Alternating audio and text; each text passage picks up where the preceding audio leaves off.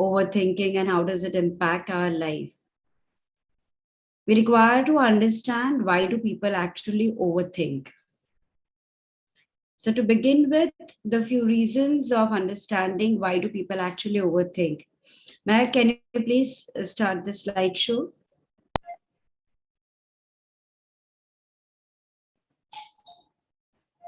Yeah. So if you actually look at this, people actually, as yesterday I explained, they start with I think and that I require to think.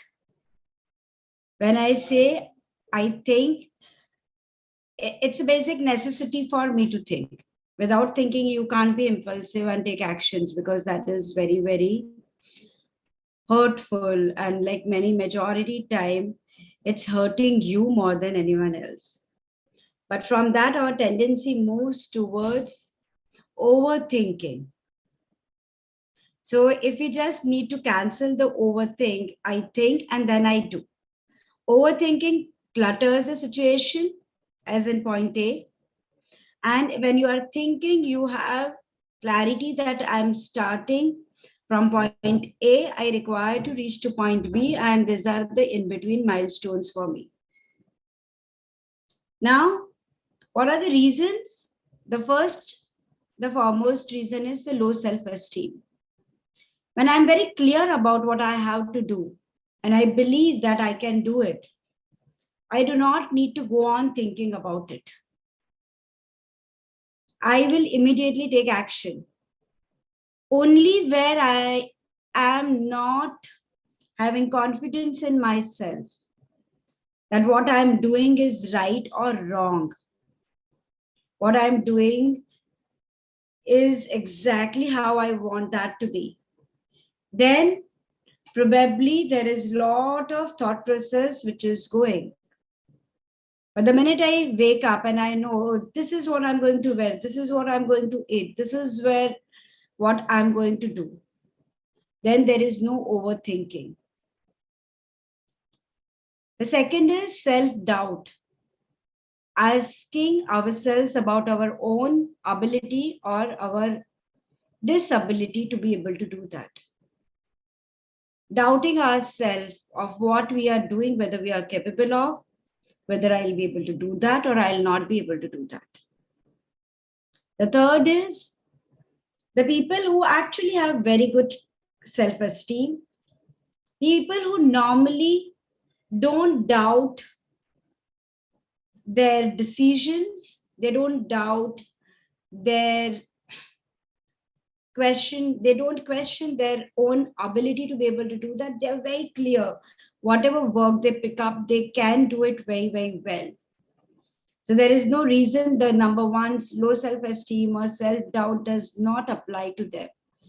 They have clarity of what they want. They are very sure they can do it very well.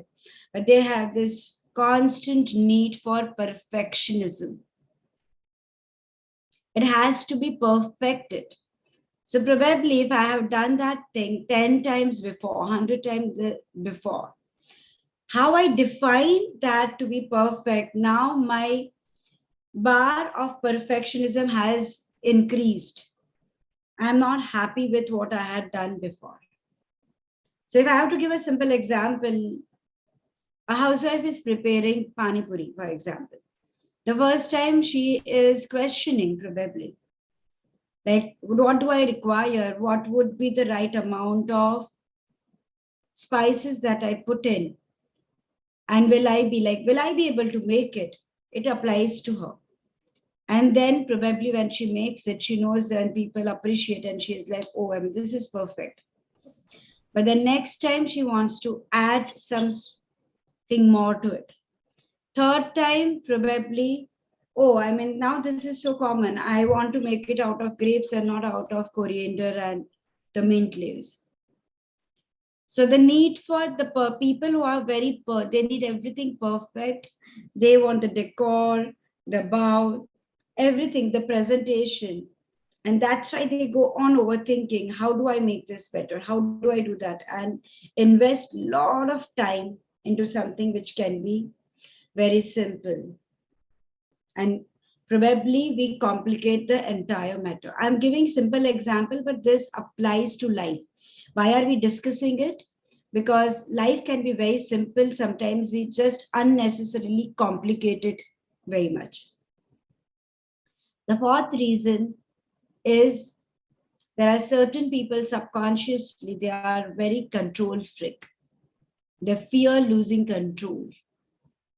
And because of that fear of losing control over something, a particular relationship, particular monetary value or assets, the name, fame, recognition that you have acquired, then starts overthinking. Some of them may lead to the path of manipulation. Some of them lead to the path of being stuck and confusing themselves, because their constant thinking is, if I will speak like this, then the person may feel like that, and then the person may react like that. But I want to do something. Well, how do I do that? What is the action I do? Then what if the person, then what will I speak? And then if they will speak that, then what will I answer back? Then if I answer back, and then if people will think, how am I going to protect? So there is so much, because they want to control everything that happens, and they want things only their way. Understand, when they want things their way, I'm not talking about perfectionism. Perfectionism is the need in the self of doing something in a particular way. Control freak people want to control people's reactions, people's actions, people's emotions, what people should do, how people should act, how everyone else should do it, how things should be in a particular way. Everyone should appreciate, everyone should do that. And then at one level, it becomes manipulation, because there is control freak people have a huge tendency and huge even subconscious fear of losing control. There is a lot of planning is required for that, and that planning has to happen through overthinking. They go on thinking and thinking and thinking and thinking and planning again and again. So if we get, again, everyone who is a control freak in one aspect of life probably is completely opposite in another aspect of life. Nobody is doing that in every aspect of life, because it is practically impossible to do it. How much ever you think that I need to control everything, you cannot. So what aspect of our lives is that, is it impacting? That is what we require to see and work on. The fifth reason is the past trauma. For example, if somebody being very pure, very innocent, and because of their innocence and being pure, or being very gentle, very kind, very soft spoken person, gets abused, the trauma remains. And now, before getting into any relationship, before doing any steps, they overthink about everything. There is a Hindi proverb or kahavat that we say कि वो दूध का जला हुआ छाछ भी फूंक फूंक के पीता है, क्योंकि वो दूध से जला, उसको लगता है हर एक चीज मुझे जला देगी. So this past traumas everybody has got in some aspect of their life, and those past traumas impact their actions, and then in that particular aspect of the life, they are constantly thinking and thinking again and again. The sixth reason is need to please others all the time. I mean, each one of them have many other aspects. So we are not going deep into understanding where the low self-esteem surfaced from, where is the self-doubt coming from, where is the need for perfectionism coming from, where is the need to be a control freak. Because each one has, again, many, many more things which we need to understand or to work on, ideally. So the need to please others constantly will make you overthink because you operate in a particular way. But when you want to please others, you set the standard according to what you have understood others will be happy for. You are a simple person and you might be very happy to have a sandwich. And you may invite a guest and who you may hear the person saying, "Oh, you can't have white flour every day." Now you are not a person who will eat salads and something, but you will overthink. Like if I make this, then probably the person may think there's so much of carbs here. If I prepare this, then it may happen. Oh, I mean, when I went to their house, they had taken the silver platters out. How can I serve them in a coral plate? If this happens, then what will people think about me? And that happens when there is a need to please others and people appreciate what you have. So many are addicted to it. It's an addiction, it's a habit. And then you overthink because you are thinking on somebody else's behalf. Rather than asking them, you are thinking what they would want to have, what should I do? And you get completely enveloped in your own thought process of what should be done. The another point is we are now moving towards the spiritual aspect of it, and which is lack of surrender. The life is all about the times we understand I am not the doer. How much ever I am taking the step and I am doing it, yet I am not the doer. When we use the terms like, I want it this way, it has to be done this way, this thing has to go like that. Anything which is over, yesterday we understood, over is not fine. The divine gives you a tight slap and then tells you nothing is in your control, you are doing nothing. And then you surrender. You surrender to people around you. You surrender to situation. Probably you surrender to the divine forces. The minute you surrender with faith that no matter what, everything will fall in place. That is the beginning of the flow coming into your life. You surrender with fear. In that case, everything which does not work as what ideally should or could have happened begins. Because the intent with which you do anything, no matter what, you get back things in the same way. So understanding surrendering is important. And how are you surrendering? From what thought process are you surrendering is most important. Are you surrendering out of fear, out of need, out of lack? Or are you surrendering with complete trust and complete faith that you have in yourself, in divine, and to know that no matter what, things fall in place? And the last point, imbalance between your intuition and your intellect. Life is all about operating with balance of our right and the left hemisphere of our brains. One is all about the logic, one is all about being creative about it. Your higher self Your angel guides are constantly telling you to do something. But I'm very clear, I'm a person who listens to my intuition, then I'm not overthinking.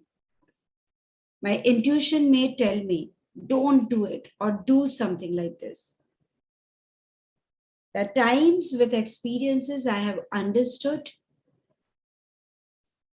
that I must take the major decisions in my life. I must listen to my intuition. There are times people take decisions based on their intellect. So the intellect is, but why do I require to do that? But that's not necessary. A simple example, I was going out of town and my intuition just told me, carry this medicine with you, carry this villains with you. And I'm like, I'm going in an area where it's going to be hot. And I mean, this is a medicine which I never ever use, and why do I require to carry it? And it just happens that when you go there, suddenly there is a weather change which has never happened in last 100 years. And now you are feeling very cold. Or you sit in a flight and they suddenly have very, very cold temperature. They don't have shawls, which ideally they keep, but they don't give you. And now for a few hours you are freezing. Because of that, you get headache. And now you desperately want that medicine which your intuition had told you. So when people find that balancing factor between their intuitive skills and their own intuition, and to use their intellectual skills to be able to utilize the power of the intuition, how to execute it, probably they don't need to overthink. They establish themselves that even if somebody questions, you are carrying a sweater, yeah. Like people don't question because they somewhere know that you are the person. If you carry, probably people understand that there has to be something now they also carry. So the balancing factor between intuition and intellect is a very, very important aspect of it. So these are few of the reasons, and as I said, that everything goes further. Anusha, I can't hear. Can we? Yeah. Anusha is asking how to know if what thoughts you are getting are intuition or fear. Anusha, you are learning Theta healing, you will get to know that. The intuitive voice comes directly from within, from a very clear sense of assurity. There's an inner voice, something which just tells you, just do that. The few years of my own journey of healing or learning healing, I was not listening to it. It wasn't, each one is intuitive. Each one has that skill. It's not that I have some, people come to me and they tell me, you please scan. And I tell them, why don't you scan? They're like, no, you have that special connection. आपकी रिश्ते वहां पे चलती है. Creator listens to you faster. Creator will give you answer faster. I have invested myself into learning how to get the right answer, the right questions, and how to utilize them. And that is what I have developed that skill. But initially there are times, and I have gone through thousands and thousands of experiences where initially I realized I did not listen to my intuition, and then how it came back. And it was quite surprising. There was some death which happened. You are creator special. Yes, Yogesh, I am. I hear that all the time. So there was I was 21 then, probably 20 years old or 21 then, newly married, some death in the family, newly married daughter-in-law. And we have a ritual to remove the nose ring. And the Gujarati families wear a big solitaire in their nose ring normally.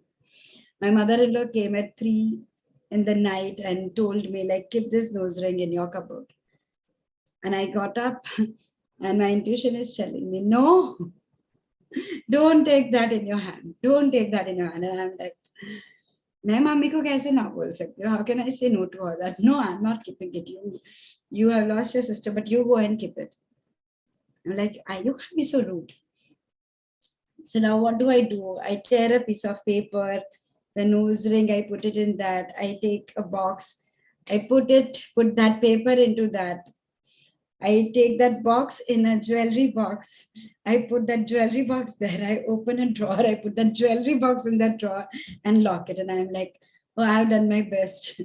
My intuition told me like I've done my best. But you will be shocked to know it was missing. How was it missing? I have no clue. And then, like, there are a few days and few months, and afterwards she asked her, hey, today is a good day. I want to wear my nose ring back. I said, like, yeah. And I'm like, oh, I am so well prepared. I'm a perfectionist, I plan everything, I execute it, I have put everything, and it is lost. And then a 20-year-old operates from a 20-year-old man, and I'm crying, and I'm like, Mom, I lost your big solitaire. I will make sure I get it done. She said, are you stupid? Like, when I die, it's all yours. I said, no, I did that. Like, how can I make entire wardrobe, this, that? But one of my belief, what is mine, comes to me, it came back. But what I'm saying is that again and again, life through situations to tell me, listen. So the intellect should have ideally been used to know what is the best way to execute. I would have said, yeah, Mom, let's keep it. Mommy, let me keep it. I could have walked till her room and kept it in her wardrobe myself. Mom, I'm keeping it here.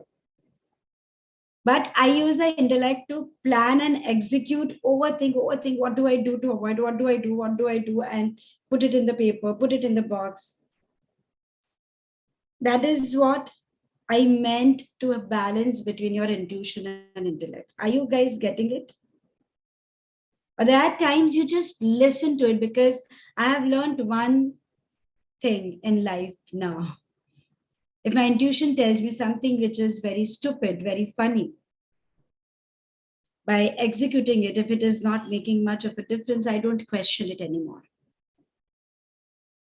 Even while doing sessions, even while doing that, because 1,000 times creator has told me every time what message came was 100 out of 100 times correct. So I've stopped questioning it now. So I'm in US with Vienna, and I go for my regular walk in Idaho Falls, and something tells me suddenly, a voice, move aside. I don't question, I move aside. Yeah, the curious part in me looks back to see, but why did you give me this voice? Move aside, like with an urgent note. And there was one tall man coming with a huge python in the neck, walking on the road. Python is moving, and I am like, this is my first visit to USA. Are people mad, or like, is this something very normal? Or in India, people don't walk with a huge python on their neck on the roads and in the parks and all.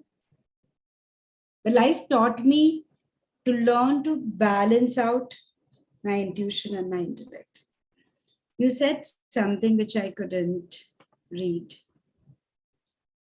We are always connected to creator. When we listen, we get it right. We're all special, but ma'am, through Theta cause, can we differentiate between ego and what creator is telling? Yeah, you and the creator is the entire class being designed by Vienna only to understand this one point. Because so often we get the voice, when do I know that this is my intuition telling me, this is what creator is telling me, this is what my angel guide is telling me, this is what message is coming from my higher self? Is this message coming from the third plane, from the fourth plane, from the fifth plane? And it takes a lot of practice, intuition and intellectual. Amrita, I didn't get your question. My funda is very clear, like develop your intuition, learn to listen to your intuition, but use your intellect to be able to execute what your intuition is telling you in the best possible way for you. The minute you are in balance, you come from a place of assurity and you do not need to overthink. The first reasons are something which is more from our day-to-day life, but the last reason, if actually you can get into that mode of balance, probably everything else will fall into place, including your self-esteem, self-doubt will go, the need for perfectionism will go, everything disappears. If you can actually get balance between your intuition and intellect. Yeah. If no more questions, I'm not getting enough time for you guys to be able to do the release. Tomorrow we will do a meditation. So I will be first reprogramming your subconscious mind. And then day after, we will very quickly, we will start with all the releases for the same. So if you guys have any question, you do ask me, because then Friday also I may get some time for releases. Any more questions for the points that I explained? No? Meg, can you show one more slide, please?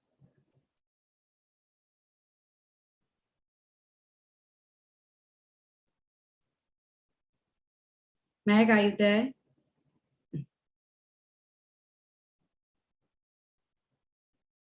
Yeah.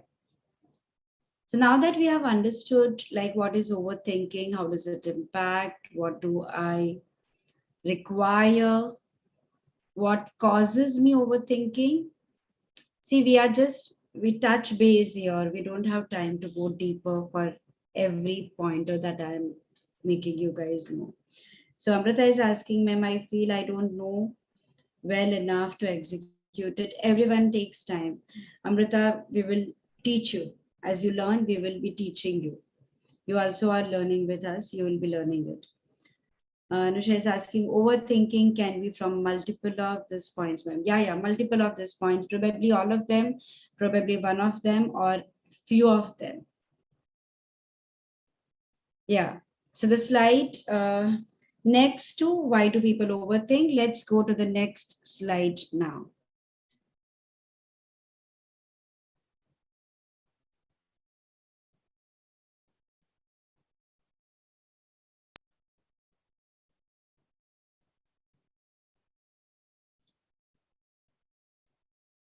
So what do you think is for you to ask yourself this question?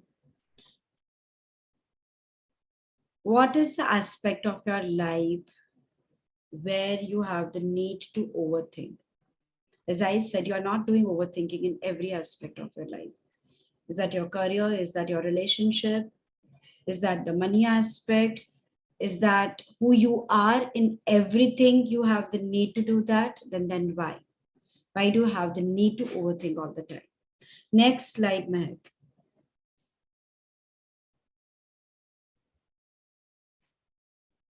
Understand anything can be achieved only when you take action. The fine line between being productive or not is simply taking action about it. I may overthink how to make it perfect, but I do nothing about it is not helping me. So if I have a project, I start taking action, I'm being productive. Let me start doing it. Good or bad, let me start doing it. But if I keep thinking, if I do this, then it will be better, if I'm not going to benefit in any way. Start taking small actions. Put that down in your diary. The timeline that you set for yourself there for even the smaller things requires to be done. Yeah, Mac, you can stop the slideshow here. But apart from that, if it is in the relationship or something, breathing helps you so not to be over impulsive about anything. Meditation, like when people learn theta healing, they clear a lot of clutter. And then when they clear the clutter, we actually channelize like what is the best way for me to execute it. We do it very, very often. Creator, why is this happening? Why am I attracting it? What belief of mine is causing me to have that? How does that make me feel? When was it the first time it happened to me? So, what part of me is stuck there? What do I require to do? Is that coming from a free floating memory? This is what we do to come out of anything. And the minute we shift it, we change the beliefs, we clear the free floating, psychic hooks, psychic attacks, we do the downloads. Suddenly you feel very different and you are doing it very differently. So, meditation is one of the ways to do that. Amish's fear of failure prohibits action, and overthinking keeps me in the comfort zone. But then you are not taking any action about it. What fear of failure? Failure is a judgment. Whether I'm successful or whether I'm a failure, like, to your surprise, Amishi, majority people overthink not because out of fear of failure, they overthink because out of fear of many times even success. Because if I am successful, people will go on asking me to do it again and again and again. Now you do it for me, and then I'm overburdened by it. But if I fail, then nobody is going to expect anything out of me. And then I don't have to do anything for people. But then we justify it by saying that, no, I feel, what if I do it wrong? Do it. The judgment comes afterwards, whether you fail or you're successful. It does not matter. What you do is important. A child doesn't tell you that if I'll walk, what if I'll fall? You just need to take the step of walking. Everything else comes afterwards. And that's why all the reasons that we said applies there. Yeah. So we will be doing the releases on the same. Tomorrow we will start the meditation very much on time. I request you all to join on time because there will be no recording available for the meditations. It will be live, but there will be no recording for that. So please join it on time. Make sure to take out that half an hour where you can be in a lying down position. You are very relaxed, and tell your family members not to disturb you for that half an hour, because these hypno meditations are especially prepared for you, very, very important that you allow yourself to clear the clutter. And then we will be actually clearing a lot of clutter using the B and theta. So thank you so much, everyone, for joining. Lots of gratitude to you all. Also, see you all tomorrow, 9 a.m.